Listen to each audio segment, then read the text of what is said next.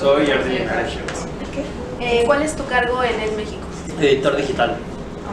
Okay. ¿Y cuáles son tus funciones como editor digital? Como editor digital me encargo de curar el contenido que se sube al sitio durante el día, bueno, todo el tiempo. Entonces, la primera parte es definir de qué se va a hablar durante el día y la siguiente es ir haciendo corrección de textos, editar y publicar. También me encargo de todos los demás proyectos especiales, cuando tenemos fotos, cuando hacemos videos y ya, básicamente eso. ¿Y cuál de todas esas tareas es tu favorito? Me divierte mucho hacer producciones. O sea, es que el elegir todos los contenidos diarios también involucra un poco de todo. No solamente es los textos de los que se va a hablar, de repente si tenemos algún especial en Instagram, también es generar ese contenido para Instagram. Pero yo creo que las producciones son de las partes más divertidas y llamativas de hacer moda. Okay. ¿Y de la edición del contenido te encargas solo tú? ¿O? Nos encargamos mi coeditor y yo. Ok. ¿Cómo se llama la coeditora? La coeditora es Tamara Santilla. Ok, sí, he leído varios Sí. textos de ahí. Vale. ¿Cómo definirías la línea editorial de la revista? Pues tratamos de hacer todo con un acercamiento súper fresco, que no se sienta, que se note el expertise, pero sin que se sienta en ningún momento como un texto lejano. Tratamos de tener un lenguaje muy amigable y de romper con formalidades. Okay. ¿Y cuáles son los criterios básicos como para justo respetar esta línea editorial? Pues involucra muchísimo el lenguaje. Va muchísimo de no usar términos demasiado elevados. Sí, el término preciso, eso es importante. Ser ir al punto con lo que queremos decir y decirlo con las palabras correctas, pero sin lenguaje rebuscado. Tratar de decir lo que quieres decir con las palabras más sencillas posibles y más precisas. Okay. ¿Hay cambios entre la edición impresa y la edición digital de la revista? Sí, los textos son mucho más formales, aunque de todos, aún en la revista impresa también incluimos muchísimo el lenguaje como más millennial, más juvenil. Nos apropiamos como de muchas terminologías de internet para meter en la revista impresa, que de repente, justamente con nuestra correctora de estilo, a veces es un tema porque nos lo quiere cambiar y le decimos como de, no, así se habla en internet. Entonces, sí ha sido romper ese molde de los textos impresos, siempre llevan como esta seriedad mucho más elevada. Un texto impreso pasa por al menos mínimo 3 filtros antes de ser publicado y los textos digitales al final se lo pagan por el redactor y por mí. Entonces, sí lleva, también porque en digital es más fácil corregir cualquier error, en impreso ya no.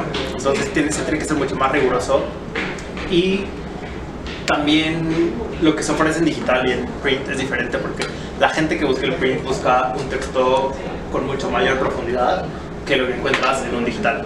Digital es inmediatez y también el tiempo de retención que tienes en un texto digital es de 30 segundos. En un texto impreso, la gente puede leer un artículo a profundidad y echarse 10 o 15 minutos. Entonces, eso también facilita que se pueda hacer más rebuscado.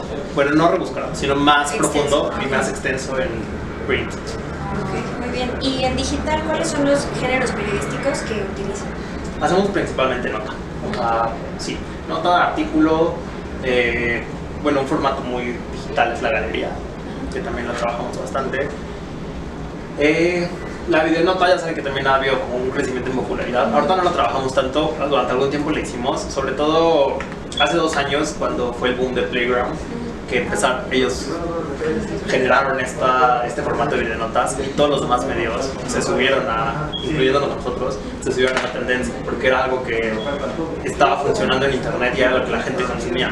Ahorita la tendencia también va mucho hacia el consumo de video, pero ya no precisamente bajo ese formato.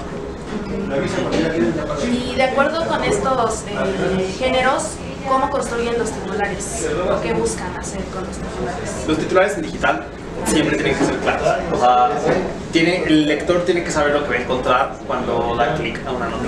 Porque en digital peleas con un universo mucho más grande al que peleas en print. Entonces no puede ser ambiguo. No me puedes decir moda bella y etérea para Navidad. No, tienes que decir los 5 vestidos que vas a usar esta Navidad por menos de 800 pesos. Entonces, siempre se construye con tu idea clave al principio de tu oración y después algo que haga el diferenciador. No, porque 5 vestidos para Navidad cualquiera te los puede enseñar, pero entonces ¿cuál es tu diferencia? Entonces aquí puedes decir por menos de 800 pesos o de alta costura, no sé. Tienes que ir jugando con todos esos elementos para hacerlo llamativo y claro sobre todo. ¿Procuran un promedio de palabras para los titulares? Tenemos una herramienta que nos mide la longitud precisa. No te puedo decir cuántas palabras exactamente, pero esta herramienta nos va marcando cuando nos faltan palabras, cuando nos sobran y cuando la dejamos como en la longitud ideal. ¿Y quién se encarga de supervisar la tarea de los titulares? Esa parte la hago yo. Normalmente cuando encargo todos los temas del día, ya van con un título. Entonces, digamos que mi mañana es, empiezo yo despierto, hago un monitoreo de lo que está pasando en el mundo y sobre eso ya pido qué temas me interesaría que se trabajaran con un título. O sea, yo ya les mando la cabeza, porque muchas veces la cabeza de la nota va a definir el ángulo. Entonces sí es importante desde un principio saber a qué le vamos a dar más importancia.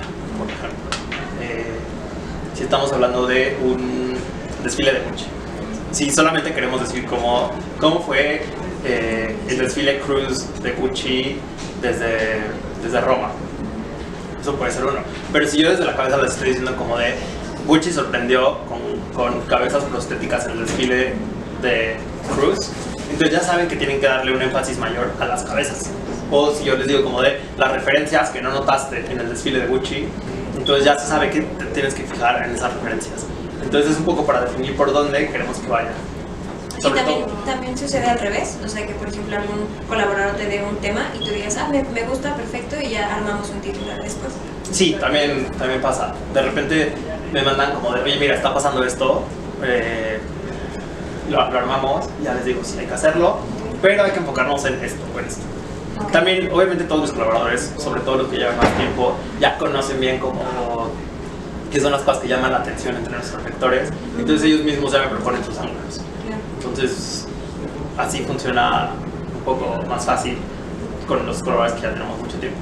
Okay. Entonces, ¿cuál es más o menos el proceso de preparación, material de apoyo, simbología por el que pasan los textos antes de ser publicados en digital? Tenemos, el proceso es, asigno un tema, en esa misma asignación está copiado nuestro equipo de diseño, entonces el equipo de diseño trabaja las imágenes destacadas, que son nuestro opening, la imagen de apertura,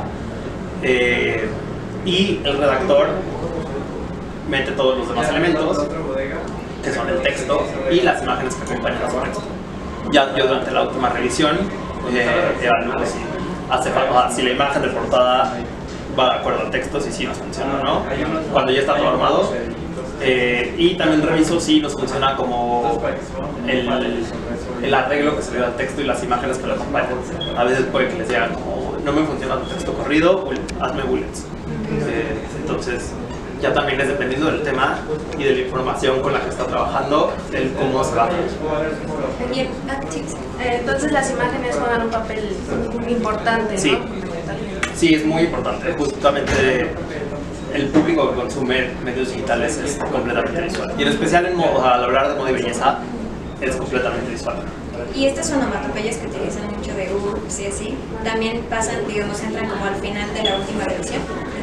Sí, la verdad es que las personas que colaboran con nosotros, sí les pedimos que tengan conocimiento de la marca y que sean, que hayan prestado atención a cómo escribimos, cómo hablamos. Tenemos un pequeño documento como de frases que son un poco más él que otras.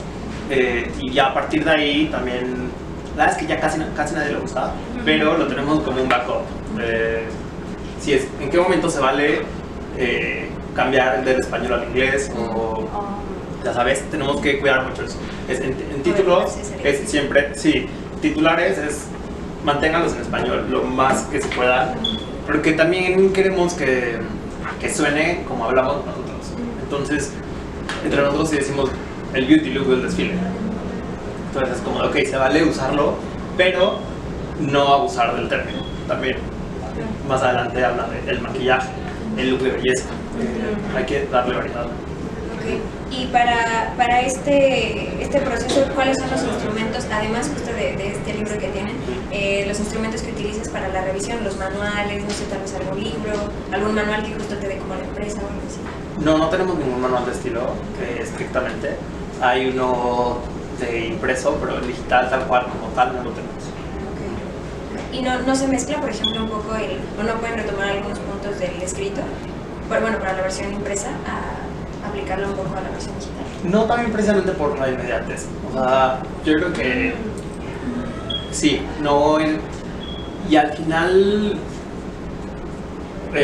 también es algo que yo he ido aprendiendo en estos 3 años en él, que ya es, yo le termino de dar ese último giro. Y también es algo que mi equipo ha aprendido poco a poco con las reediciones, cuando alguien nuevo está colaborando, yo me siento a editar con ellos y les explico más a profundidad las ediciones. Ahorita ya no, al menos que ellos tengan dudas de por qué cambia algo por otra cosa, pero creo que nos entendemos bastante bien. Ok. ¿Crees que Internet te facilita la tarea como corrector de originales? Bueno, editor. Pues no sabría decirte en qué sentido. O sea, sí, sin duda por la posibilidad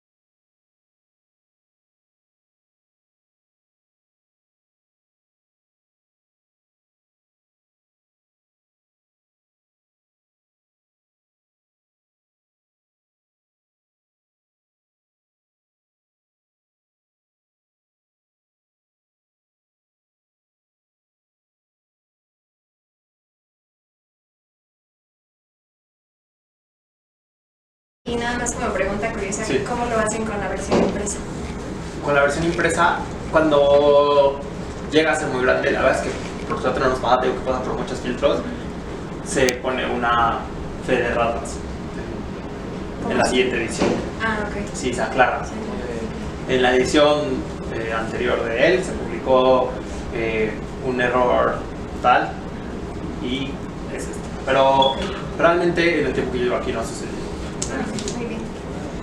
¿Y cómo eligen a sus colaboradores y a los redactores? ¿Cómo, digamos, qué aspectos justamente en su redacción observan que les puede ayudar aquí? Casi todos son internos. Tenemos muy pocos redactores externos.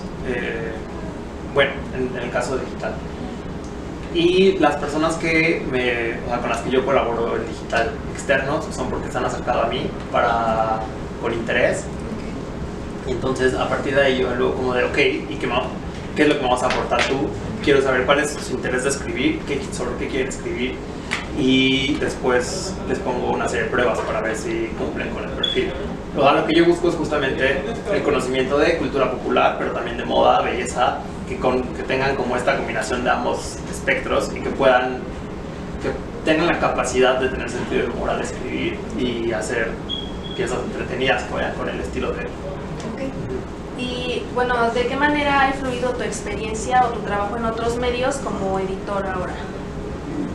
Pues en todo, yo te podría decir que justamente aprendí a corregir, bueno, viendo cómo me corregían a mí. En el Reforma estuve de intern hace muchos años y después mi primer trabajo fue como editor digital también de la revista Nupcias. Entonces ahí tuve que hacerme demasiado consciente porque fue mi primer trabajo y yo era mi último filtro, entonces no podía cometer errores y ahí fue donde tuve que ser como muy estricto y ahí desarrollé como este sentido. Ya después, cuando empecé a trabajar con gente, con mi experiencia en medios anteriores, pude ir dándoles este input de qué hacían bien, qué hacían mal y cómo dirigirlos. Y de todo eso que aprendiste, ¿cuáles son las lecciones más importantes que te dejó tu experiencia en el Universal, en Reforma?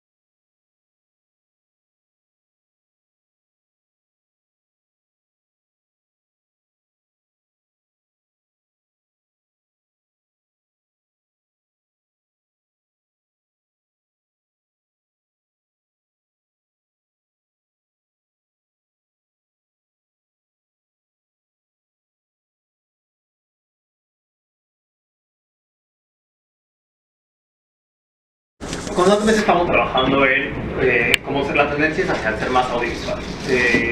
Va a crecer el segmento de video, cada vez gana más importancia, entonces también es buscar acercamientos hacia video desde diferentes tipos de experiencias.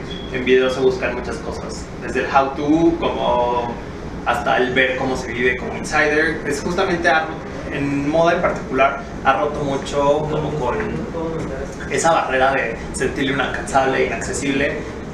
Las nuevas narrativas han permitido que la gente se sienta más parte de él.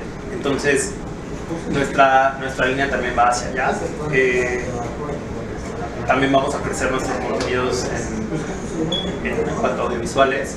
Empezamos con el podcast, pero también vamos a crecer nuestra estrategia de video en un corto plazo. Y finalmente, ¿qué recomendaciones harías a alguien que quiera ser corrector de originales o editor de video? Que empiecen por colaborar con lo que puedan. Algo muy importante es llegar con un poco de experiencia y siempre empezar con humildad. No puedes, sí puedes aspirar a ser editor siempre, pero dispuesto antes a trabajar para llegar ahí, que es un lugar que se gana con experiencia. Pues eso sería todo. Sí, gracias. Muchísimas gracias.